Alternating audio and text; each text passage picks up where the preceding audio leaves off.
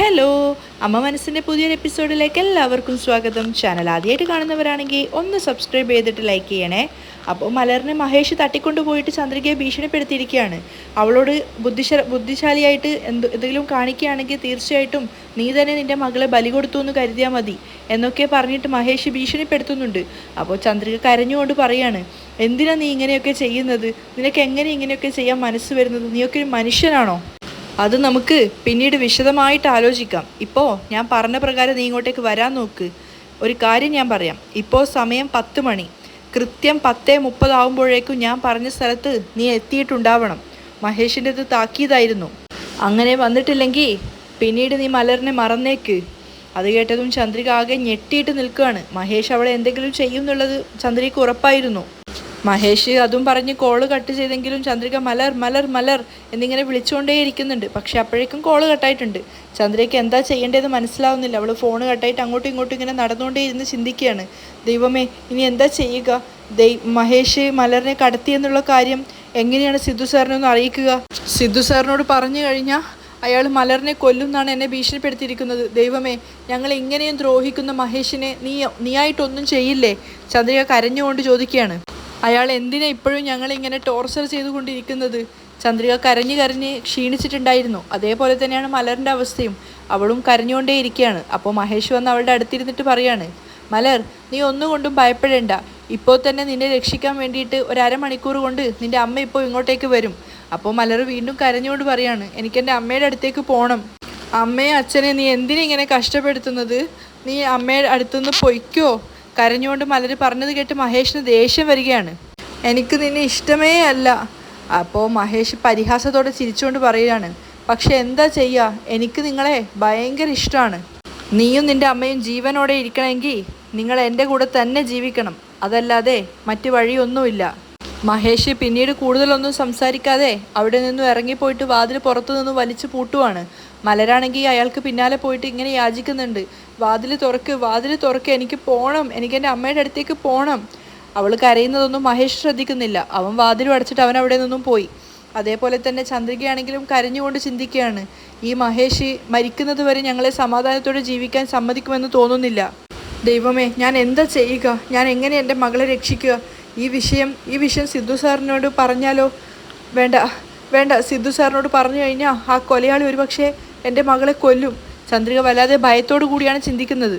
മഹേഷ് മലറിനെ തട്ടിക്കൊണ്ടുപോയത് ആരും അറിയാതിരിക്കാൻ ഞാൻ തന്നെ ശ്രദ്ധിക്കണം. അങ്ങനെയൊക്കെ ചിന്തിക്കുന്നുണ്ടെങ്കിലും ചന്ദ്രികയുടെ കണ്ണ് നിറഞ്ഞൊഴുകുന്നുണ്ടായിരുന്നു. ആ സമയത്താണ് പുറത്തു നിന്നും സിദ്ധാർത്ഥ് വരുന്നത്. ചന്ദ്രിക സിദ്ധുവിനെ കണ്ടതും പെട്ടെന്ന് തന്നെ ചന്ദ്രിക എഴുന്നേറ്റ് സാരി തലപ്പ് വെച്ച് കണ്ണൊക്കെ തുടക്കുന്നുണ്ട്. പക്ഷേ സിദ്ധു അടുത്ത് വന്നപ്പോൾ തന്നെ അവന് കാര്യം മനസ്സിലായിട്ടുണ്ട്. അവളുടെ മുഖമൊക്കെ ആകെ വല്ലാതായിരിക്കുകയാണ്. അതുകൊണ്ട് തന്നെ സിദ്ധു ചോദിക്കുന്നുണ്ട്, ചന്ദ്രിക, നിൻ്റെ മുഖമൊക്കെ എന്താ പറ്റിയത്? ഏയ്, ഒന്നുമില്ല സാർ. ഒന്നുമില്ല എന്ന് പറയുന്നു, പക്ഷേ കണ്ണൊക്കെ മുഴുവൻ കലങ്ങിയിരിക്കുകയാണല്ലോ.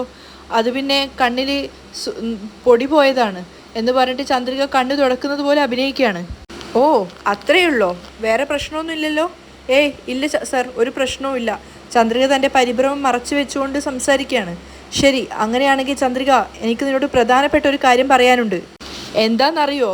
ഇന്ന് ഓസ്ട്രേലിയയിൽ നിന്നൊരു പുതിയ ക്ലയൻറ്റ് വന്നിട്ടുണ്ട്. അവർ നമുക്കിന്ന് അപ്പോയിൻമെൻറ്റ് തന്നിട്ടുണ്ട്. സിദ്ധാർത്ഥ് വളരെയധികം സന്തോഷത്തോടു കൂടിയാണ് പറയുന്നത്. പക്ഷേ അത് കേട്ട് സന്തോഷിക്കാനുള്ള ഒരു അവസ്ഥയിലായിരുന്നില്ല ചന്ദ്രിക ഉണ്ടായിരുന്നത്. അവൾ സന്തോഷമൊന്നുമില്ലാതെ മറുപടി പറയാനാവാതെ നിൽക്കുകയാണ്. പക്ഷേ സിദ്ധു പറയുന്നുണ്ട്, ചന്ദ്രിക, നിനക്കൊരു കാര്യം അറിയോ? ഈ ഒരൊറ്റ പ്രൊജക്റ്റ് നമുക്ക് കിട്ടിയെങ്കിൽ പിന്നെ നമ്മൾ തിരിഞ്ഞു നോക്കേണ്ട ആവശ്യമില്ല. ഇവരെ പോലുള്ള ആളുകൾ ശരിക്കും പറഞ്ഞാൽ വലിയ വലിയ ഓഫീസിൽ മാത്രമേ ഇങ്ങനെയുള്ള വർക്കുകളൊക്കെ ഏൽപ്പിക്കാറുള്ളൂ. പക്ഷേ ഇങ്ങനെ ഒരു വർക്ക് നമുക്ക് കിട്ടുകയാണെങ്കിൽ നമ്മുടെ തലവര തന്നെ മാറും. സിദ്ധാർത്ഥിന് സന്തോഷം പറഞ്ഞറിയിക്കാനാവാത്തതായിരുന്നു. അതുകൊണ്ട് തന്നെ അവനെ ബോധിപ്പിക്കാൻ വേണ്ടി ചന്ദ്രിക പുഞ്ചിരിക്കുന്നതായിട്ട് അഭിനയിക്കുകയാണ്. എത്രയൊക്കെ സന്തോഷമുള്ളതുപോലെ അഭിനയിക്കാൻ ശ്രമിക്കുന്നുണ്ടെങ്കിലും ചന്ദ്രികയുടെ മുഖത്ത് ആ ഒരു ടെൻഷൻ ഉണ്ടായിരുന്നു. പക്ഷേ അതൊന്നും ശ്രദ്ധിക്കാതെയാണ് സിദ്ധാർത്ഥ് സംസാരിക്കുന്നത്. ഇതുപോലൊരു പ്രൊജക്റ്റ് കിട്ടാൻ വേണ്ടിയാണ് ചന്ദ്രിക ഇത്രയും നാളായിട്ട് നമ്മൾ കാത്തു നിന്നത്. ശരി ചന്ദ്രിക, നീ പോയി റെഡിയായിട്ട് വാ. നമുക്ക് ക്ലയൻറ്റിനെ മീറ്റ് ചെയ്യാൻ വേണ്ടി പോവാം. ഞാൻ നിനക്ക് വേണ്ടി കാത്തു നിൽക്കാം. ഇല്ല സാർ, എനിക്കിപ്പോൾ സാറിൻ്റെ കൂടെ വരാൻ സാധിക്കില്ല. വരാൻ പറ്റില്ലേ? അതെന്താ പെട്ടെന്ന് വരാൻ പറ്റില്ല എന്ന് പറയുന്നത്? എന്തെങ്കിലും കുഴപ്പമുണ്ടോ? സിദ്ധു സംശയത്തോട് ചോദിക്കുകയാണ്. അപ്പോൾ ചന്ദ്രിക അഭിനയിച്ചുകൊണ്ട് ഇങ്ങനെ നെറ്റിയിൽ കൈവച്ചിട്ട് പറയുന്നുണ്ട്, എനിക്ക് എന്തോ വല്ലാതെ ചൂട് പോലെയൊക്കെ തോന്നുന്നു, പനി വരുന്നുണ്ടോ എന്നൊരു സംശയം. അതുകൊണ്ടാണ് എനിക്ക് വരാൻ സാധിക്കില്ല എന്ന് പറഞ്ഞത്. സാറിന് തനിച്ച് പോകാൻ ബുദ്ധിമുട്ടുണ്ടോ? സിദ്ധാർത്ഥിന് ആകെ എന്തോ ഒരു വിഷമാവുകയാണ് ചന്ദ്രിക അങ്ങനെ പറഞ്ഞപ്പോൾ. എന്നിട്ട് അവളോട് അവൻ പറയുന്നുണ്ട്, എന്താ ചന്ദ്രിക ഇങ്ങനെ സംസാരിക്കുന്നത്? നിനക്ക് ശരീരത്തിന് സുഖമില്ല എന്ന് തോന്നുകയാണെങ്കിൽ എൻ്റെ കൂടെ വാ, നമുക്ക് ഹോസ്പിറ്റലിൽ പോവാം. വേണ്ട സർ, കുറച്ചു നേരം റെസ്റ്റ് എടുത്താൽ ശരിയായിക്കോളും. അപ്പോൾ അവളുടെ മുഖത്തുള്ള ആ ഒരു വിഷമമൊക്കെ കണ്ടപ്പോൾ സിദ്ധാർത്ഥ് പറയുന്നുണ്ട്, ചന്ദ്രിക ആദ്യം നീ മഹേഷിനെ കുറിച്ച് ചിന്തിക്കുന്നതൊന്ന് അവസാനിപ്പിക്കുക. അത് കൃത്യമായിട്ട് മഹേഷ് കാരനാണ് തൻ്റെ ടെൻഷൻ എന്ന് മനസ്സിലാക്കിയതുപോലെ സിദ്ധു സംസാരിച്ചപ്പോൾ ചന്ദ്രിക വല്ലാതെ ഒന്ന് പതറിപ്പോയിട്ടുണ്ടായിരുന്നു. ഇനി സിദ്ധുവിന് മനസ്സിലായി കാണുമോ എന്ന് ഭയന്നിട്ട്. അപ്പോൾ അതൊന്നും മനസ്സിലാവാത്ത രീതിയിലാണ് സിദ്ധാർത്ഥ് സംസാരിക്കുന്നത്. മഹേഷ് നിങ്ങൾക്ക് ഒരുപാട് ബുദ്ധിമുട്ടുകളും ഉപദ്രവങ്ങളും നിങ്ങളോട് ക്രൂരമായിട്ട് പെരുമാറിയിട്ടുണ്ടെന്ന് എനിക്ക് നന്നായിട്ട് അറിയാം. പക്ഷേ അതിനെക്കുറിച്ച് തന്നെ ചിന്തിച്ചുകൊണ്ടിരുന്നാൽ നിങ്ങൾക്ക് മൂവ് ഓൺ ചെയ്യാൻ സാധിക്കില്ല. അവൻ എത്രത്തോളം നിങ്ങളുടെ രണ്ടുപേരുടെയും മനസ്സിനെ കീറി മുറിച്ചിട്ടുണ്ടെന്ന് എനിക്കറിയാം. അവൻ ചെയ്ത തെറ്റിനുള്ള ശിക്ഷ ദൈവം തീർച്ചയായിട്ടും അവന് കൊടുക്കും. ഇനിയും മഹേഷിനെ കുറിച്ച് ചിന്തിക്കാതെ, അവൻ നിങ്ങളോട് ചെയ്ത ക്രൂരതകളെക്കുറിച്ച് ആലോചിച്ച് നിൽക്കാതെ റെസ്റ്റ് എടുക്കാൻ നോക്ക്. സിദ്ധാർത്ഥ് അവളെ ചേർത്ത് പിടിച്ചുകൊണ്ട് ആശ്വസിപ്പിക്കുകയാണ്. നിനക്ക് എന്തെങ്കിലും വേണോ? ഞാൻ എന്തെങ്കിലും വാങ്ങിയിട്ട് വരണോ? വേണ്ട സർ, എനിക്കൊന്നും വേണ്ട, ഞാൻ റെസ്റ്റ് എടുത്തോളാം. ശരി ചന്ദ്രിക എന്ന് പറഞ്ഞിട്ട് സിദ്ധാർത്ഥ് അവിടെ നിന്നും പോവുകയാണ്. ചന്ദ്രികയുടെ മനസ്സിലുള്ള വിഷമം ഒന്നും മനസ്സിലാക്കാൻ സാധിക്കാതെ സിദ്ധാർത്ഥ് അവിടെ നിന്നും പോവുകയാണ്. അപ്പോൾ അവളാണെങ്കിൽ വല്ലാത്ത വിഷമത്തോടു കൂടിയാണ്. ഒരു ഭാഗത്ത് സിദ്ധാർത്ഥ് അവളെ സ്നേഹം കൊണ്ട് ശ്വാസം മുട്ടിച്ച് കൊല്ലുന്നു, മറുഭാഗത്ത് മഹേഷ് ആണെങ്കിൽ അവളെ വേദനിപ്പിച്ചുകൊണ്ടും കൊല്ലുന്നു. അപ്പോൾ അവൾ മനസ്സിലിങ്ങനെ ചിന്തിക്കുന്നുണ്ട്, മഹേഷിനെ കുറിച്ച് ചിന്തിക്കരുത് എന്ന് സാർ എന്നോട് പറയുന്നു. പക്ഷെ ഓരോ നിമിഷവും മഹേഷ് എന്നെ ശ്വാസം മുട്ടിച്ച് കൊല്ലുവാണ്. ഓരോരോ കാര്യങ്ങൾ ചെയ്ത് എൻ്റെയും എൻ്റെ മകളുടെയും മനസ്സവൻ തകർത്തുകൊണ്ടിരിക്കുകയാണ്. ഞാൻ മരിച്ചാലേ അവൻ എന്നെ വിടുള്ളൂ എന്നാണ് തോന്നുന്നത്. ചന്ദ്രിക പൊട്ടി പൊട്ടി കരയുകയാണ്. മഹേഷ് ഫോണെടുത്ത് വീണ്ടും ചന്ദ്രികയെ വിളിക്കുകയാണ്. പെട്ടെന്ന് തന്നെ ചന്ദ്രിക വെപ്രാളത്തോടു കൂടി ഞെട്ടി എഴുന്നേറ്റിട്ടാണ് ഫോൺ എടുക്കുന്നത്. കാരണം അവൾ അപ്പോഴും മുറിയിൽ തന്നെയാണുള്ളത്. അപ്പോൾ മഹേഷ് ചോദിക്കുന്നുണ്ട്, ഏയ് ചന്ദ്രിക, നീ എവിടെ എത്തി? പെട്ടെന്നാണ് അവൾക്ക് മനസ്സിലായത്. അവൾക്ക് അനുവദിച്ച സമയം വെറും അരമണിക്കൂർ മാത്രമാണ്. അവളൊന്നും പറയാനാവാതെ തരിച്ചു നിൽക്കുകയാണ്. എന്താ നിൻ്റെ ശബ്ദമൊന്നും കേൾക്കാത്തത്? എവിടെ എത്തിയെന്നാണ് നിന്നോട് ചോദിച്ചത്? മഹേഷിൻ്റെ സ്വരം കടുത്തതായിട്ടുണ്ടായിരുന്നു. അപ്പോൾ ചന്ദ്രിക കരഞ്ഞുകൊണ്ട് പറയാണ്, എന്തിനാ നീ ഞങ്ങളെ ഇങ്ങനെ ടോർച്ചർ ചെയ്തുകൊണ്ടിരിക്കുന്നത്? മര്യാദയ്ക്ക് എൻ്റെ മകളെ എനിക്ക് തിരിച്ചു കൊണ്ടുവന്ന് താ. അത് കേട്ടതും മഹേഷിന് ദേഷ്യം വരികയാണ്. ഏയ്, നീ ഇനിയും ഇറങ്ങിയിട്ടില്ലേ? നിൻ്റെ മകളെ നിനക്ക് ജീവനോടെ വേണോ വേണ്ടയോ? ആ ഒരു വാക്ക് കേൾക്കുന്തോറും ചന്ദ്രികയ്ക്ക് ടെൻഷൻ ആവുന്നുണ്ടായിരുന്നു. അപ്പോൾ അവൾ കരഞ്ഞുകൊണ്ട് ചോദിക്കുകയാണ്, നിനക്ക് എങ്ങനെയാണ് നിൻ്റെ സ്വന്തം മകളെക്കുറിച്ച് ഇങ്ങനെയൊക്കെ സംസാരിക്കാൻ സാധിക്കുന്നത്?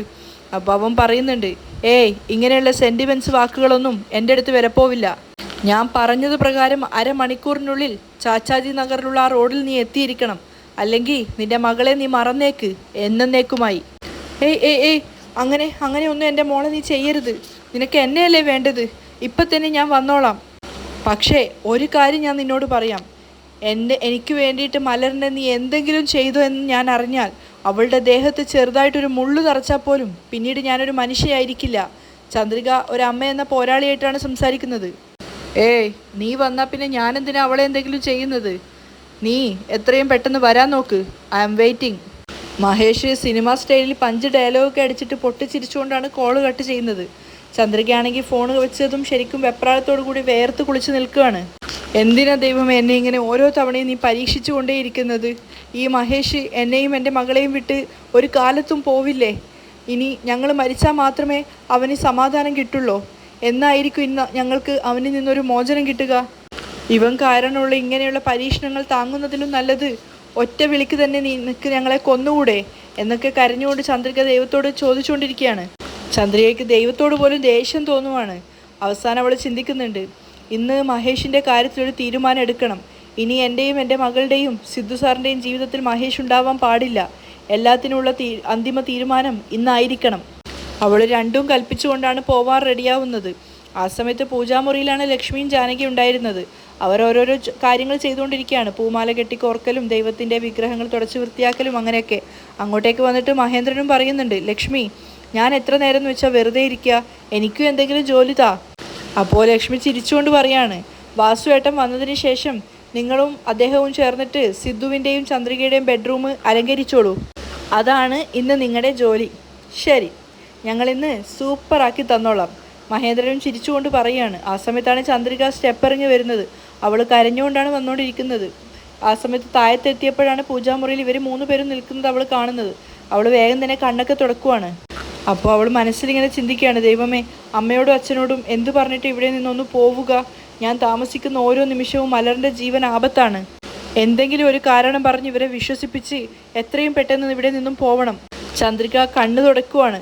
പെട്ടെന്ന് മഹേന്ദ്രൻ തിരിഞ്ഞപ്പോൾ കാണുന്നത് ചന്ദ്രിക അവിടെ നിന്നിട്ട് കണ്ണു തുടക്കുന്നതാണ്. ചന്ദ്രിക, അയാൾ വിളിച്ചത് കേട്ടതും 3 പേരും അങ്ങോട്ടേക്ക് നോക്കുവാണ്. അതുപോലെ തന്നെ ചന്ദ്രിക തിരിച്ച് അയാളെയും. ആ അച്ഛാ, അവളും അവരുടെ അടുത്തേക്ക് വരികയാണ്. നീ എങ്ങോട്ടേക്കാണ് പോകുന്നത്? അത് പിന്നെ ഇവിടെയാണ് അച്ഛാ, അടുത്ത് തന്നെ. ചന്ദ്രിക പെട്ടെന്നൊന്നും മറുപടി പറയാനാവാതെ, കള്ളത്തരം പറയാനാവാതെ പറയുകയാണ്. അപ്പോൾ അയാളും സംശയത്തോട് ചോദിക്കുന്നുണ്ട്, അടുത്ത് എന്ന് വെച്ചാൽ അതെവിടെയാ? പെട്ടെന്ന് ചോദിച്ചപ്പോൾ എന്താ കള്ളം പറയേണ്ടതെന്ന് അറിയാതെ ചന്ദ്രിക പരിഭ്രമിച്ച് നിൽക്കുകയാണ്. അപ്പോൾ ലക്ഷ്മിയും ജാനകിയും പുഞ്ചിരിച്ചുകൊണ്ട് നോക്കി നിൽക്കുന്നുണ്ട്. പെട്ടെന്ന് ചന്ദ്രിക പറയാണ്, പൊന്നിയമ്മൻ കോവിലിൽ. അപ്പോൾ മഹേന്ദ്രൻ പറഞ്ഞു കൊടുക്കുന്നുണ്ട്, ഇപ്പോഴാണ് ഗുരുക്കൾ വന്നിട്ട് പോയത്. സിദ്ധുവിനും നിനക്കും ശാന്തി മുഹൂർത്തത്തിന് നാൾ കുറിച്ചിട്ടാണ് അദ്ദേഹം പോയത്.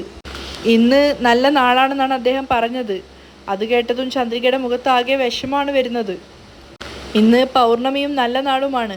അതുകൊണ്ട് തന്നെ നിങ്ങളുടെ കല്യാണ ജീവിതം വളരെ നന്നായിരിക്കുമെന്നാണ് അദ്ദേഹം പറഞ്ഞത്. മഹേന്ദ്രൻ സന്തോഷത്തോടെ പറയുന്നത് കേട്ടപ്പോൾ ചന്ദ്രികയ്ക്ക് സങ്കടമാണ് തോന്നുന്നത്. തങ്ങളുടെ ജീവിതത്തിൽ സംഭവിച്ചുകൊണ്ടിരിക്കുന്ന അപകടങ്ങൾ ഒരിക്കലും ഇവർ അറിയുന്നില്ലല്ലോ എന്നാണ് അവൾക്ക് ചിന്തിച്ചത്. അപ്പോൾ മഹേന്ദ്രൻ പറയുന്നുണ്ട്, ശാന്തി മുഹൂർത്തത്തിന് നാൾ കുറിച്ചാൽ പുറത്തേക്ക് എവിടെയും പോകാൻ പാടില്ല. അത് കേട്ടതും ചന്ദ്രിക ശരിക്കും ഞെട്ടിപ്പോയി. ഇനി എന്ത് കാരണം പറഞ്ഞിട്ടാണ് പുറത്തേക്ക് പോവുക? ഇന്നൊരു ദിവസം പുറത്തെങ്ങോട്ടും പോവണ്ട, ഇവിടെ തന്നെ നിന്നോ. അവളാകെ പരിഭ്രമത്തോടെ നിൽക്കുകയാണ്. അപ്പോൾ ലക്ഷ്മിയും പറയുന്നുണ്ട്, അതേ ചന്ദ്രിക, ഇന്ന് പുറത്തോട്ടൊന്നും പോവണ്ട, ഇവിടെ തന്നെ നിൽക്ക്.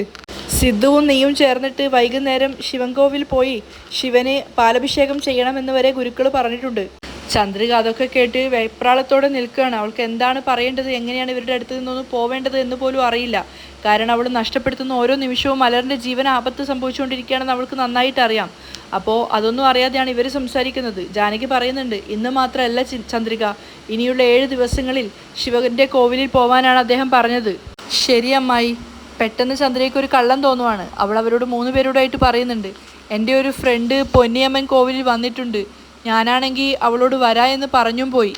ഞാൻ പോയില്ലെങ്കിൽ അവൾക്കതൊരു വിഷമായിരിക്കും. ഞാൻ പോയിട്ട് എത്രയും പെട്ടെന്ന് തന്നെ തിരിച്ചു വരാം.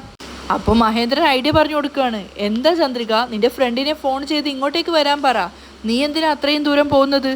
പക്ഷെ അവളുടെ മുഖത്ത് ആകെ നിരാശയും പരിഭ്രമവും നിറയുകയാണ്. അത് ശ്രദ്ധിച്ചുകൊണ്ട് മഹേന്ദ്രൻ ചോദിക്കുന്നുണ്ട്, എന്താ ചന്ദ്രിക നീ ആലോചിക്കുന്നത്? അതല്ല, അവളുടെ അമ്മയുടെ കൂടെയാണ് വന്നിട്ടുള്ളത്. അമ്മയാണെങ്കിൽ വയസ്സായിട്ടുള്ളൊരു സ്ത്രീയാണ്. അവരെ ഇങ്ങോട്ടേക്ക് കൂട്ടിക്കൊണ്ടുവരൽ കുറച്ച് ബുദ്ധിമുട്ടുള്ള കാര്യമാണ്. അതുകൊണ്ടാണ് അച്ഛാ. അങ്ങനെയാണെങ്കിൽ ഞാൻ കൂടി നിൻ്റെ കൂടെ വരാം. ഏയ്, അതൊന്നും വേണ്ട അച്ഛാ, ഞാൻ അടുത്ത് തന്നെയല്ലേ പോകുന്നത്. ഞാൻ തനിച്ച് പോയിട്ട് പെട്ടെന്ന് തന്നെ വന്നോളാം. എന്തിനാ ചന്ദ്രിക ഇങ്ങനെ വാശി പിടിക്കുന്നത്? മോള് തനിച്ച് പോവണ്ട, ഞാനും വരാം. എന്ത് പറഞ്ഞിട്ടാണ് അച്ഛൻ്റെ അടുത്ത് നിന്ന് രക്ഷപ്പെടുക എന്നുള്ള ടെൻഷനിലായിരുന്നു ചന്ദ്രിക. ഏയ് സാരമില്ല അച്ഛാ, ഞാൻ പോയിട്ട് പെട്ടെന്ന് തന്നെ തിരിച്ചു വരും. അപ്പോൾ ലക്ഷ്മിയും പറയുന്നുണ്ട്, അച്ഛൻ പറഞ്ഞത് ശരി തന്നെയാണ് മോളെ. മഹേഷ് നിങ്ങളെ 2 പേരെയും ഫോളോ ചെയ്യുന്നുണ്ട്. അതുകൊണ്ട് നിന്നെ തനിച്ച് പുറത്തേക്ക് വിടാൻ ഞങ്ങൾക്ക് നല്ല ഭയമുണ്ട്. മഹേന്ദ്രനും പറയാണ്, ഞാനും മോൾക്കൊപ്പം വരികയാണെങ്കിൽ മോൾക്കതൊരു സംരക്ഷണമായിരിക്കുമല്ലോ. അതുകൊണ്ടാണ് അച്ഛൻ പറഞ്ഞത്. എന്ത് പറഞ്ഞിട്ടാണ് ഇവരുടെ അടുത്ത് നിന്ന് രക്ഷപ്പെടുക എന്ന് ആലോചിച്ച് വെപ്രാളത്തിലാണ് ചന്ദ്രിക ഓരോന്നോരോന്ന് പറയുന്നത്. അവൾ പറയുന്നുണ്ട്, ദൂരത്തോട്ടൊന്നും അല്ലല്ലോ അച്ഛാ, ഇവിടെ അടുത്ത് തന്നെയല്ലേ. വെറുതെ ടെൻഷൻ ആവണ്ട, ഞാൻ പെട്ടെന്ന് തന്നെ വന്നോളാം. അവസാനം ലക്ഷ്മി തന്നെയാണ് പറയുന്നത്, ശരി ചന്ദ്രിക, നീ പെട്ടെന്ന് തന്നെ പോയിട്ട് വാ, ശ്രദ്ധിച്ചിട്ട് പോണേ. ശരി അമ്മ, ശരി അച്ഛാ, ഞാൻ പോയിട്ട് വരാം എന്ന് പറഞ്ഞിട്ട് ചന്ദ്രിക അവിടെ നിന്നും പോവുകയാണ്. അതേസമയം മലരാണെങ്കിൽ അവരടച്ചിട്ട മുറിയിലിരുന്ന് കരഞ്ഞുകൊണ്ടിരിക്കുകയാണ്. അമ്മ അമ്മ എന്ന് വിളിച്ചുകൊണ്ട്. വാതിൽ തട്ടുന്ന ശബ്ദം കേട്ടപ്പോൾ അവൾ വേഗം ചെന്ന് നോക്കുവാണ്. പക്ഷേ വന്നിട്ടുണ്ടായിരുന്നത് മഹേഷാണ്. മഹേഷിനെ കണ്ടതും അവൾ പഴയതുപോലെ തന്നെ സങ്കടത്തോടെ അവിടെ പോയി ഇരിക്കുകയാണ്. ചന്ദ്രിക എല്ലാം എന്ന് മനസ്സിലാക്കിയപ്പോൾ. മഹേഷ് ആണെങ്കിൽ കയ്യിലൊരു കവറുമായിട്ടാണ് വന്നിട്ടുണ്ടായിരുന്നത്. അവന് കയ്യിലുണ്ടായിരുന്ന കവറും കൊണ്ട് അവിടെ ഇരുന്നിട്ട് ചന്ദ്രിക ദേഷ്യത്തോടെ മലറിനോട് പറയുന്നുണ്ട്, ഇത്ര നേരമായിട്ടും നിൻ്റെ അമ്മ വന്നിട്ടില്ല. ഇന്നാ അമ്മ വരുമ്പോഴേക്കും ഇത് കഴിക്കാൻ നോക്ക്. മലര് മുൻപത്തെ പോലെ തന്നെ വാശിയോടെ പറയാണ്, എനിക്ക് വേണ്ട വേണ്ട എന്നൊന്നും പറയാൻ പാടില്ല, ഭക്ഷണമാണ്, മര്യാദയ്ക്ക് കഴിക്കാൻ നോക്ക്. വീണ്ടും വീണ്ടും മലര് പറയാണ്, എനിക്ക് വേണ്ടാന്നുള്ളത്. വേണ്ടാന്നോ? അതെന്താ? ഇതിപ്പോൾ നിനക്ക് സിദ്ധുവാണ് വാങ്ങിത്തന്നതെങ്കിൽ നീ മര്യാദയ്ക്ക് കഴിക്കുമായിരുന്നില്ലേ? മലര് തീക്ഷ്ണമായിട്ട് മഹേഷിനെ തന്നെ നോക്കിക്കൊണ്ട് നിൽക്കുകയാണ്.